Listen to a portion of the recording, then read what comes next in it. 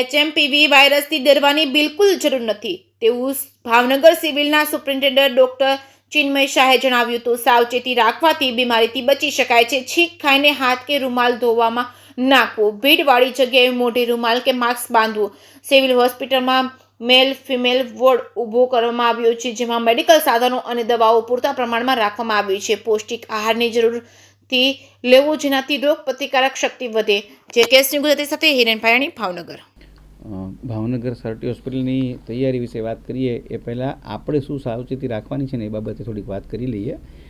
કે એક તો સૌથી પહેલાં કે 2001 એટલો જૂનો વાયરસ છે, એટલે કે 23 વર્ષ જૂનો વાયરસ છે, કે નવું નથી.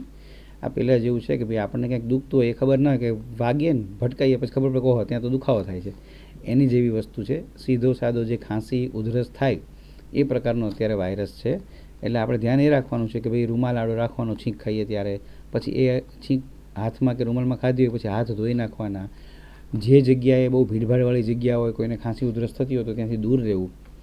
અને આપણી ઇમ્યુનિટી વધે, અત્યારે શિયાળો છે તો વ્યવસ્થિત જે આપણી રોગપ્રતિકારક શક્તિ વધે એવો ખોરાક લેવો. આ બધી વસ્તુ આપણે ધ્યાન રાખીશું તો સૌથી પહેલાં તો કંઈ તકલીફ થવાની નથી. હવે વાત રહી તૈયારીની, તો આરોગ્ય વિભાગની જે સૂચના છે તે મુજબ ટેસ્ટ માટેની તૈયારીઓ અમે શરૂ કરી છે. ઉપરાંત આપણે 20 પુરુષ અને સ્ત્રી કે એડલ્ટ અને 12 બાળકો જો આવે તો એને રાખી શકાય તેની તૈયારીઓ અલાયદો વોર્ડ ઊભો કરીને કરી છે.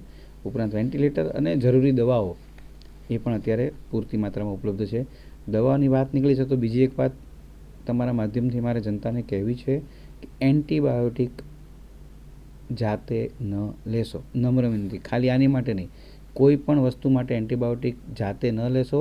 કારણ કે ધીમે ધીમે હવે એન્ટીબાયોટિક રેઝિસ્ટન્સ આવી રહ્યું છે, કારણ કે આપણે ક્યારેક અધૂરી લઈએ છીએ, ક્યારેક ગમે તેની લઈ લઈએ છીએ. તો એ મારી નમ્ર વિનંતી છે કે આટલું ધ્યાન રાખશો અને રોગ પ્રતિકારક શક્તિ વધે એવું ખાવાનું રાખશો તો આપણને તકલીફ નહીં પડે. Thank you.